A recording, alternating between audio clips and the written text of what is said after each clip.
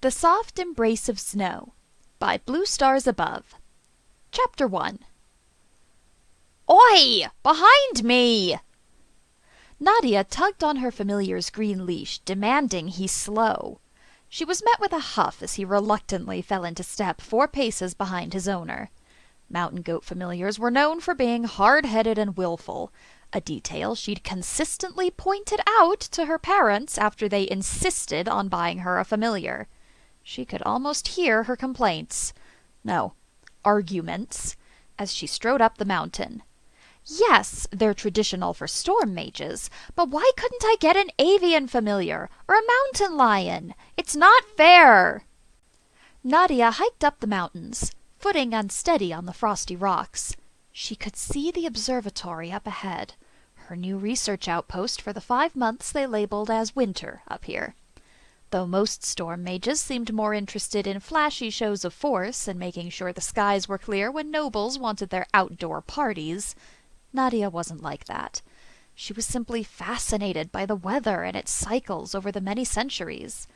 One of her earliest memories was of a rainstorm, clouds bearing down on her parents' manor and drops pelting the roof all through the night, like a dancer tapping out a melody. She'd been fascinated, enraptured by the wind, the clouds, the lightning and thunder from far above. Up close, the observatory wasn't much to look at. A round building, mostly underground, with a glass dome atop it. A small door greeted her, dark turquoise wood with a delicate metal knocker in the middle and a doorknob underneath. It half looked like it belonged on a shack, rather than a prestigious research center. She knocked on the door and waited, grip firm on her familiar as he sniffed at a patch of grass. She hissed as he set her luggage down on the wet ground. The door opened, flung open by a short man with a mop of messy red hair. He gave a wide grin as his voice went off faster than she could follow. "Oh, a visitor! Pleasure or business to enter? Oh, and you brought someone else, yes, a friend. 2 visitors, a real treat." He grasped her hand in his, shaking it vigorously.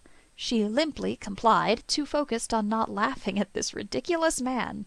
He went to reach for her familiar, but she stretched out an arm, blocking him. "That's Cabron, my familiar. Careful with him or he'll bite your arm off." She reached back and brushed Cabron's mane of long blonde hair out of the way. 2 rigid horns poked out. Cabron remained silent, eyes hidden under his hair, though he was surely sizing up the stranger. The man took a quick step back. He cleared his throat. I see.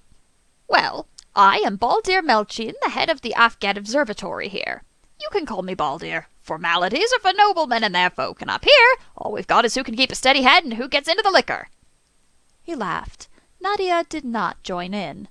The man quieted and continued, awkwardly bouncing from one leg to the other. "Care to come inside, you and your familiar?" "Pleasure. I am Nadia O'Lear." The man perked up.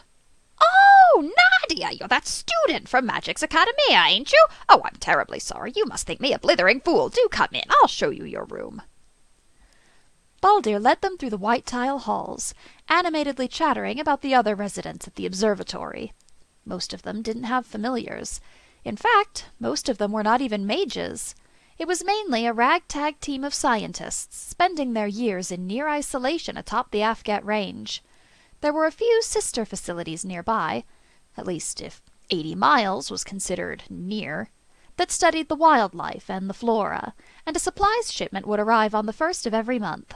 Other than that, though, the little observatory was all alone, its residents in their own world.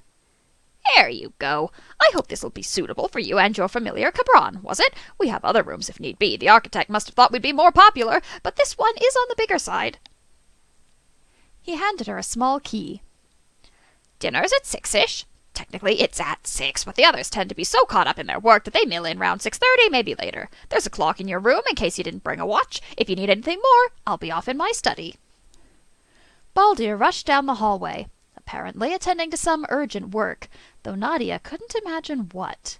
She sighed as she surveyed her new quarters. It was miserable.